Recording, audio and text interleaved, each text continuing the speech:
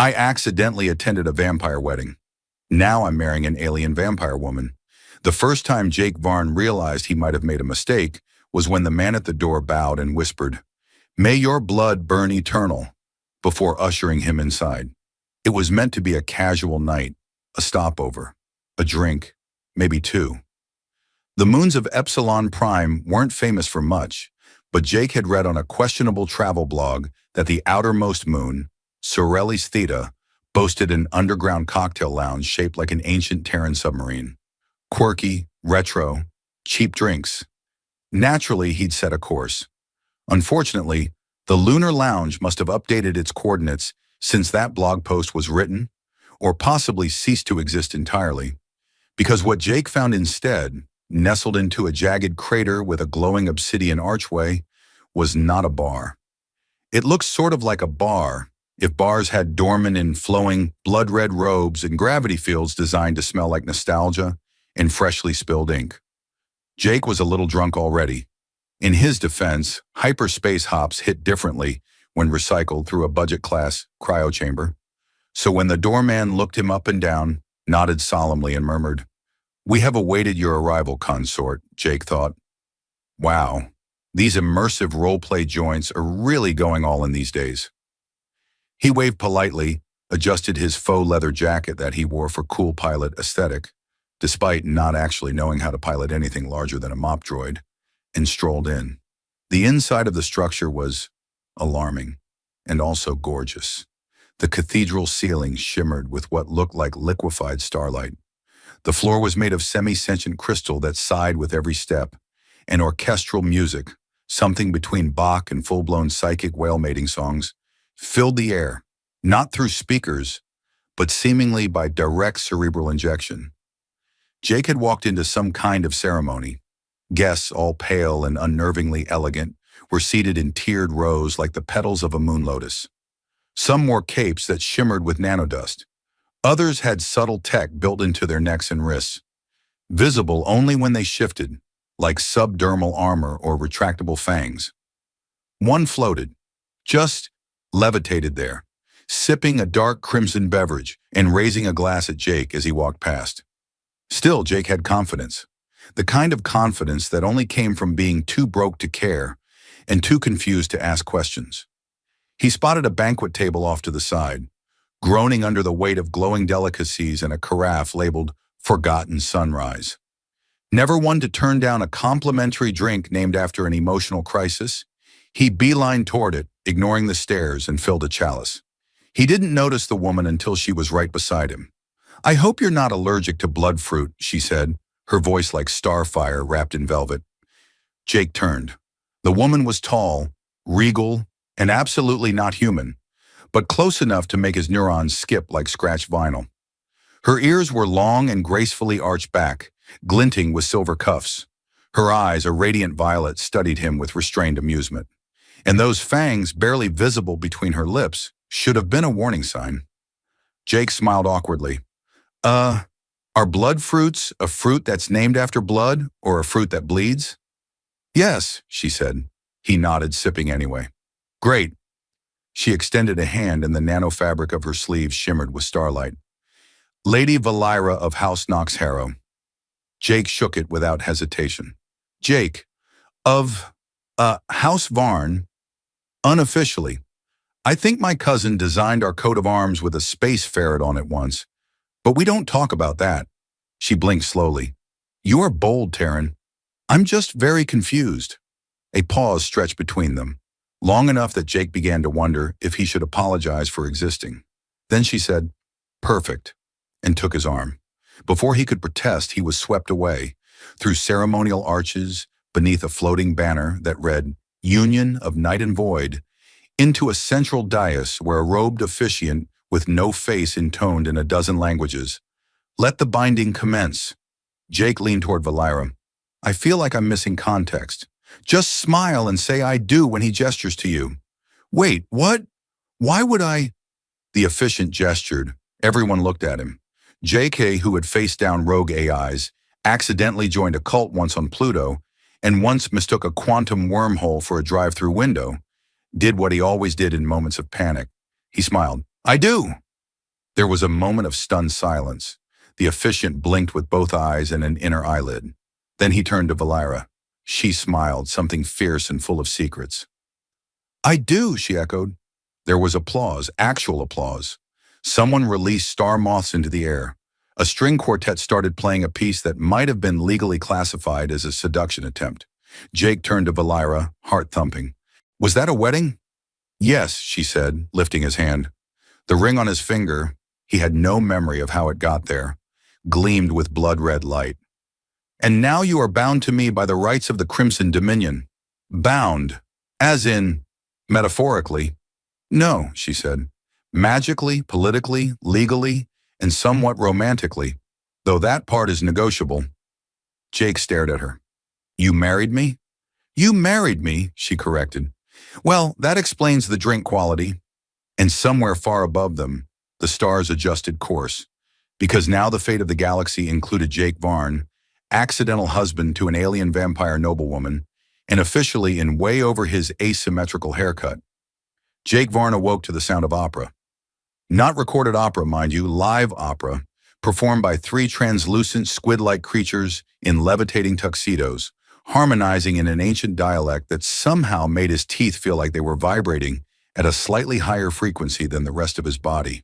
One of them noticed him stirring and gave a polite bow mid-arpeggio. "Oh, good," Jake croaked. "I'm still hallucinating." The bed he lay in was not so much a bed as a sentient cushion, gently adjusting its contours to fit his spinal anxieties. Overhead, a stained glass dome pulsed with cosmic light, as though the stars outside were blinking Morse code. Beside the bed hovered a metal tray bearing three things: a steaming cup of something labeled recirculated bliss, a strange scroll wrapped in bioribbon, and a contract labeled Welcome to Eternal Union, clauses 1 through 3,178. Jake squinted at the scroll. "This looks like a summons." The tray beeped in agreement. Still groggy from last night's impromptu vows, he hauled himself upright and immediately regretted it. The room around him, correction, the suite around him, looked like it had been designed by someone who wanted to marry Gothic architecture with a neon rave and then toss the whole thing into low orbit.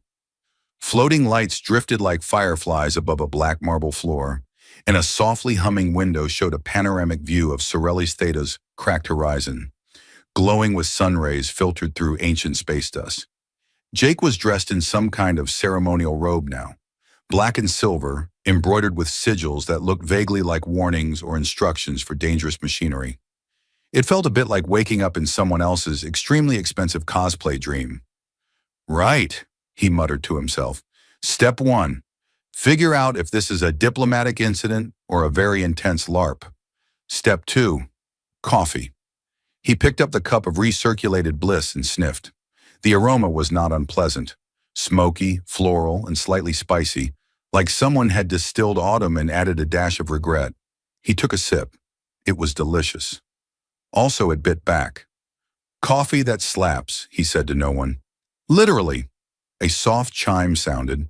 The wall opposite him rippled like disturbed water, and out of it stepped a tall woman in a gown that seemed to be stitched from starlight and old secrets. Her long ears twitched with faint amusement. Her expression was hard to read, somewhere between cool appraisal and the beginnings of a migraine. "Good morning, husband," Lady Valira said. Jake blinked at her. "Oh, right, that wasn't a dream." "Sadly for both of us, no." She stepped closer, examining him like one might a curious insect that had inexplicably passed all the royal security scans. "You are still alive. That's something." "I do my best," Jake said, "although I have questions. First one being, what in the name of galactic tax law just happened to me last night?"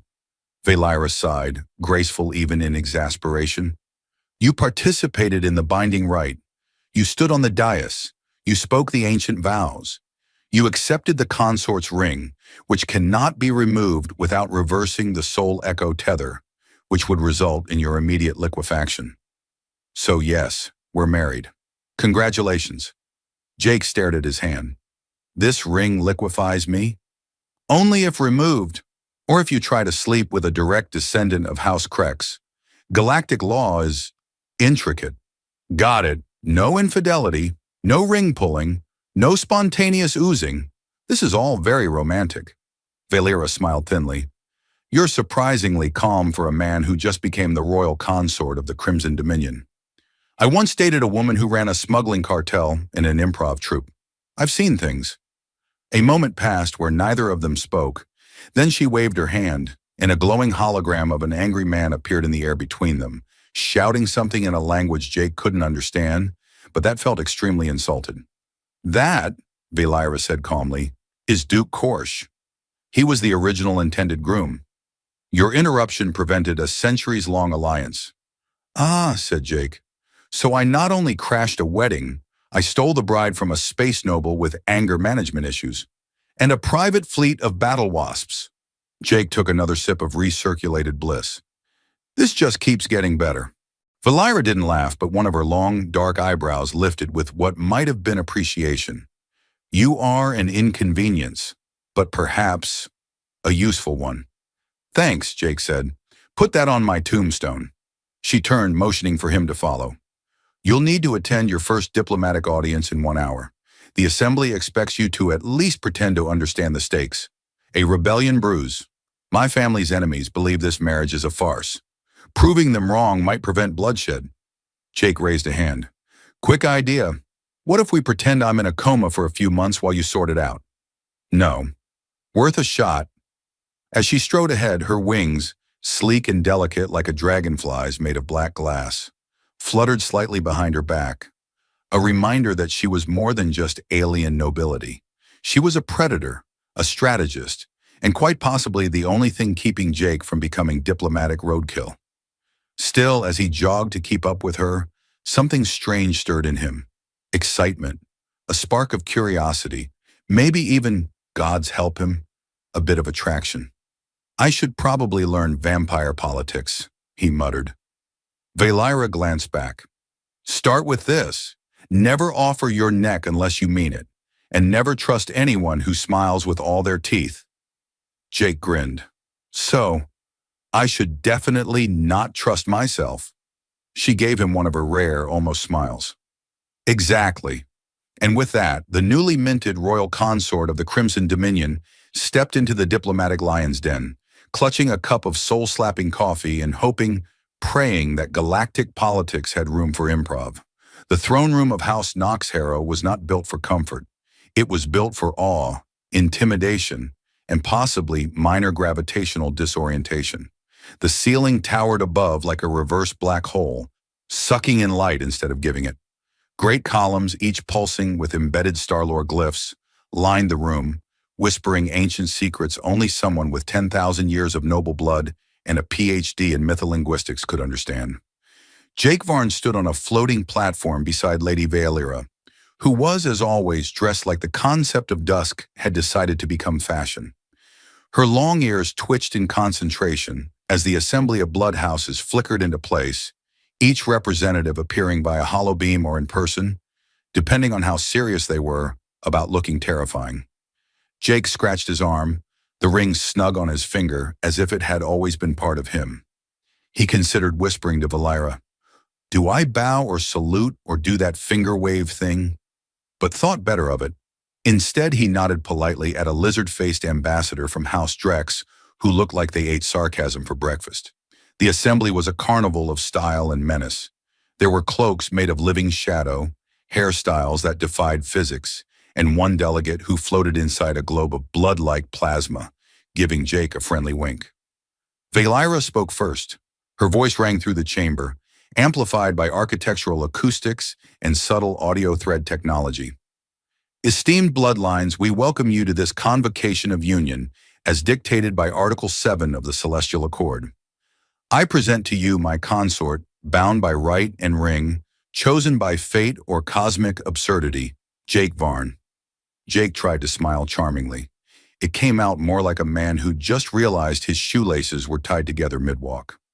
I just want to say, he said, stepping forward, I'm very honored, slightly hungover, and statistically unlikely to survive more than 3 days without accidentally offending someone here. So let's call that a mutual challenge, yeah? There was a moment of silence. Then, unexpectedly, a dignitary with antlers clapped. Others joined. Valera gave him a side glance that could have been amusement or just exasperation upgraded to a high-res version. Of course, not everyone was pleased. A deep, metallic voice rang out from the far end of the chamber. This union is illegitimate. The Terran is unvetted, a parasite. This mockery must be dissolved. Enter Duke Korsh. He hovered in on a repulsor disc, flanked by two cybernetic guards with pulse halberds. Korsh looked like someone had taken a warthog, a thundercloud, and a CEO, and blended them into a single scowling entity. "Here we go," Jake muttered. "The binding was sealed by ancient law," Valera replied coolly. "The ring accepted him. The blood did not reject him. Nor did it bless him," Korsh growled. "He is not of the line. He is a Terran with a history of bar fights and unpaid parking violations on 6 moons. Jake raised a hand. 5 moons. I paid the one on Trask eventually. Gasps echoed from several delegates. Trask was notoriously brutal about bureaucracy.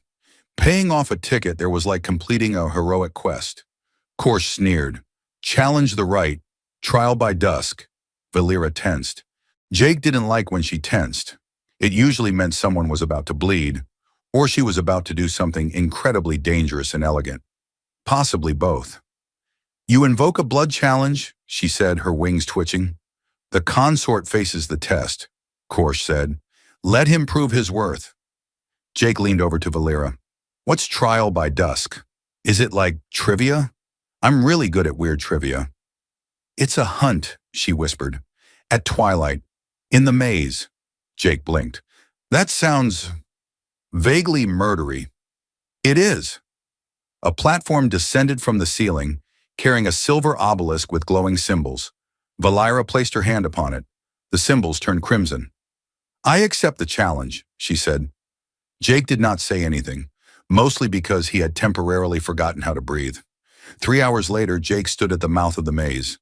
It was not a nice maze. It was not hedges and topiary animals. It was a biomechanical labyrinth grown from shifting metal vine technology, laced with gravity pits and organisms designed to mimic the scent of fear. A voice in his ear chirped. Hello, I am your trial assistant AI, designated Snark 7. Oh, fantastic, Jake muttered. You sound like someone who would narrate my death. That's the spirit. Statistically speaking, you have a 12% chance of survival. But if you make it out alive, I'll upgrade that to 15%. Go get him, Tiger. He stepped into the maze. Immediately, the walls shifted. Blades of light flickered. Somewhere ahead, something hissed. Jake drew the only weapon he'd been allowed, a plasma baton shaped like a tuning fork. He found the first trial within minutes, a pit filled with floating cubes, each one blinking a different color. A holographic voice said, jump across in the correct color sequence or fall into the scream hole. Scream hole? Jake asked. Snark 7 piped up. It doesn't kill you, but you might wish it did. Jake squinted. Red, blue, green, red? No, wait. Is this just the sequence from that old Terran game, Simon says? It's ancient vampire tradition, Snark 7 replied. Totally not stolen from Earth. Jake grinned. Good. I was a champion in middle school. And he leapt. Hours passed, or maybe it was minutes. The maze messed with time. He fought off a swarm of synth bats. He made friends with a holographic raccoon with trust issues. He disarmed a puzzle involving inverted gravity and a recitation of love poems in Martian dialect. When he emerged at the far side of the maze, bleeding, grinning, and somehow still alive, the crowd roared. Even Korsh looked mildly impressed. Jake stumbled over to Valera. So, do I get a sticker? Maybe a free coffee? You survived, she said, placing a hand on his cheek, which means, according to law, our union stands. Jake exhaled. Good, because I'm starting to think I like being married to you, aside from the assassination attempts. Valera smiled. That's the most romantic thing anyone said to me in centuries. Somewhere above, the stars adjusted again, and Jake, accidental consort, unlikely survivor, and now officially the most interesting thing to happen to vampire politics in a millennium, was just getting started. Jake Varn had been royalty for exactly 6 days, 3 hours and 15 minutes. assuming the planetary rotation of Sorelli's theta didn't do another one of its time wobble things, which it often did just to spite mathematicians. He had survived a wedding he didn't mean to crash, a political challenge he barely understood, and a maze that smelled like metallic despair and wet socks. And now, according to the morning schedule floating in front of him, he had to attend his first official blood symposium. Jake eyed the title. This sounds like the kind of event where either someone makes a toast or someone gets toasted. Valira didn't look up from her briefing holopad.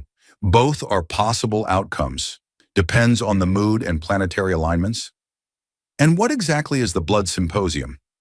Imagine a family reunion. Now give everyone fangs, grudges, and the power to rewrite galactic trade routes with a sneeze.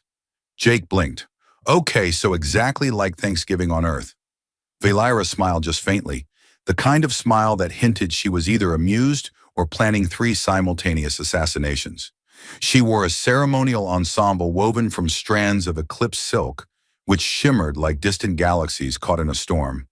Her long ears twitched thoughtfully as she read a diplomatic report. They were seated aboard the Crimson Lantern, a personal shuttle shaped like a barbed comet, moving gracefully through the upper atmosphere.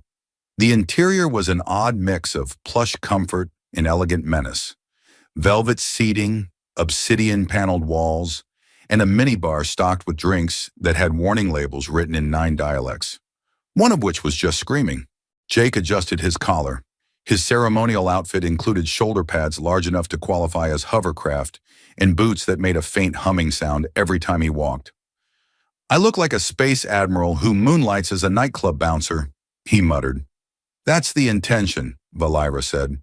If you can't command respect, you should at least cause mild discomfort. A nearby steward, an android shaped like a spindly goblin with espresso-grade servos, offered Jake a drink from a tray of bubbling, iridescent vials. What's this? He asked. House specialty, the steward said in a voice like carbonated thunder. We call it sorrow with a splash of tangerine. Jake took a sip. It was surprisingly pleasant, like orange juice that had seen things.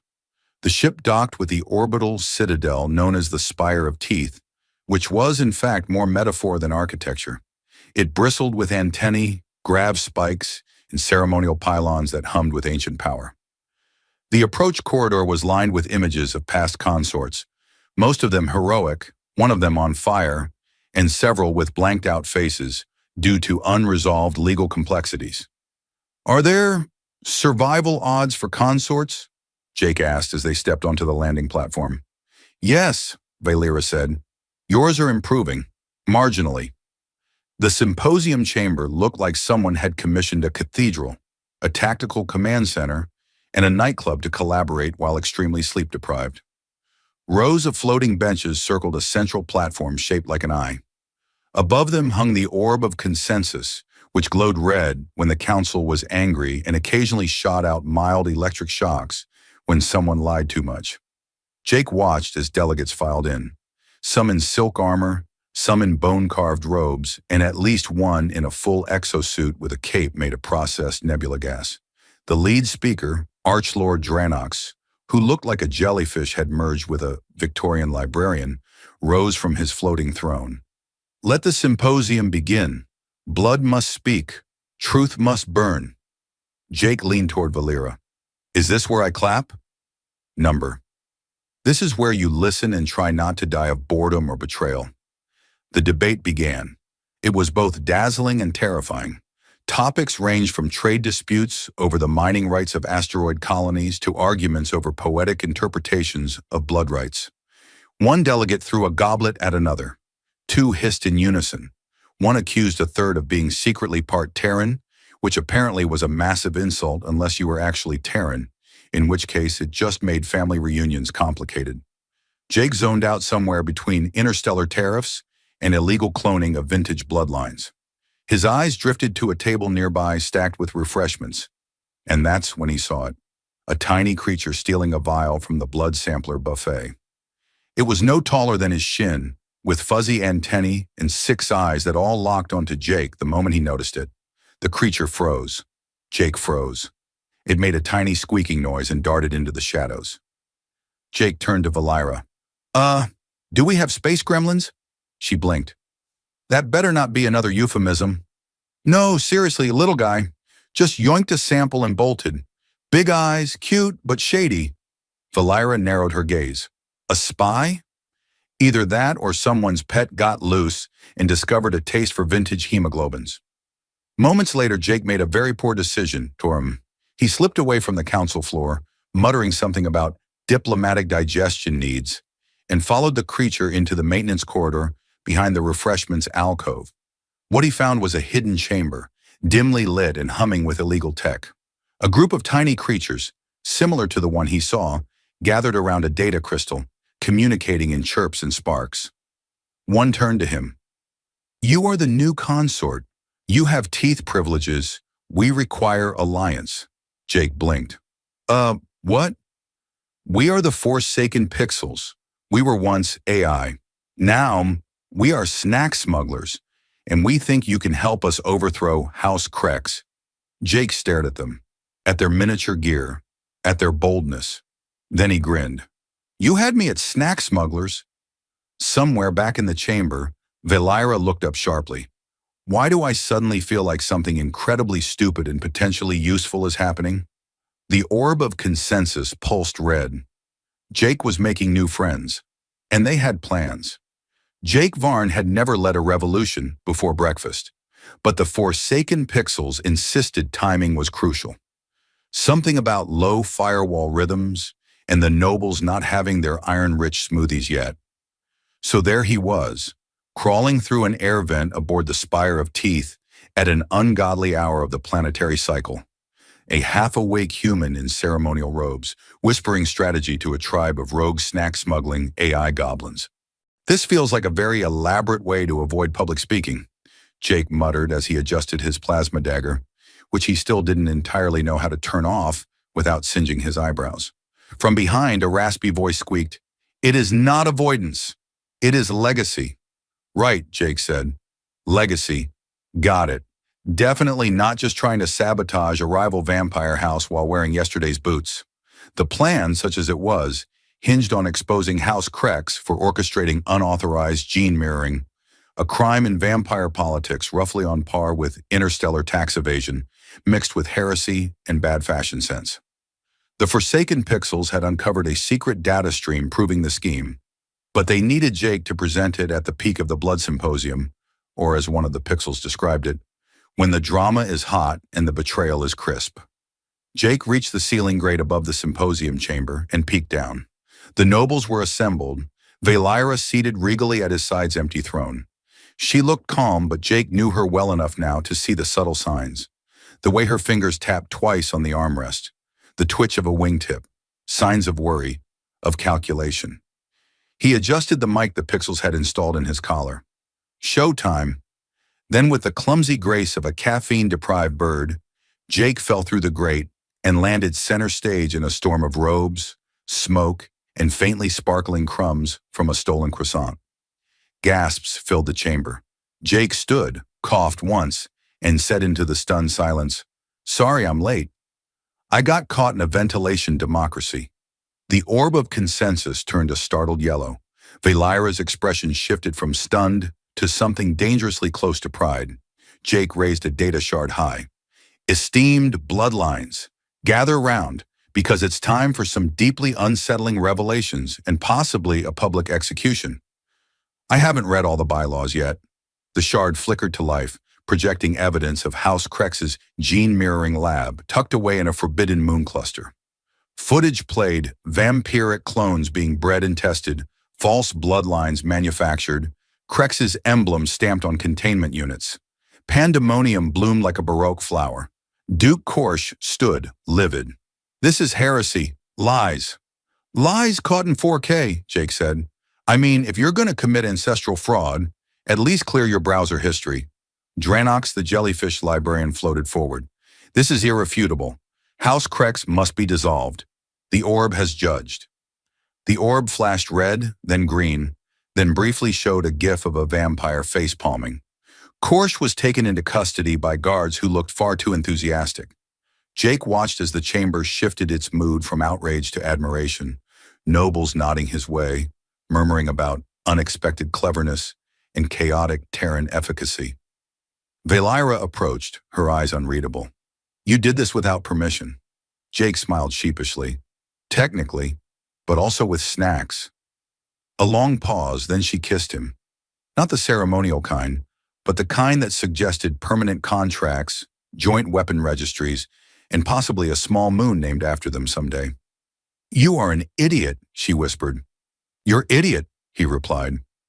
Weeks later, Jake found himself on the terrace of their estate ship orbiting Epsilon Prime, watching the local sun bleed violet and gold into the clouds below. The Forsaken Pixels had been granted official recognition as free agents of nuisance and surveillance. Valira had consolidated her position as heir apparent to the council throne, and Jake had finally learned how to properly wear a blood cloak without tripping over it. He sipped from a glass of void cider and exhaled.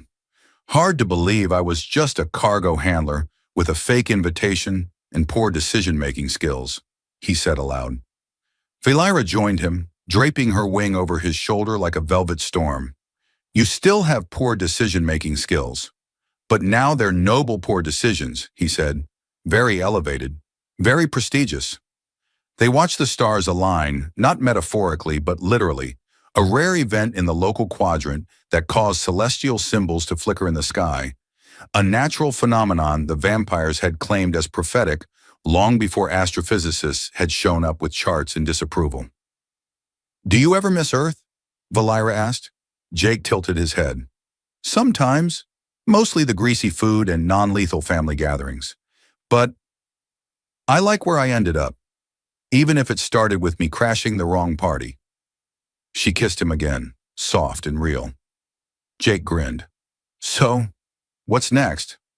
Well, she said, there's a diplomatic summit on Arctura involving sentient slugs and an accusation of psychic slander. We're hosting. Great, Jake said. Do I wear the robe or the armor? Both. The slugs respect layers. He groaned and laughed, already reaching for his datapad. Love sucked. Still. But in space, it came with lasers, legacy, and someone to guard your back in a blood-soaked maze of politics and popcorn. Jake wouldn't have traded it for the stars. The end.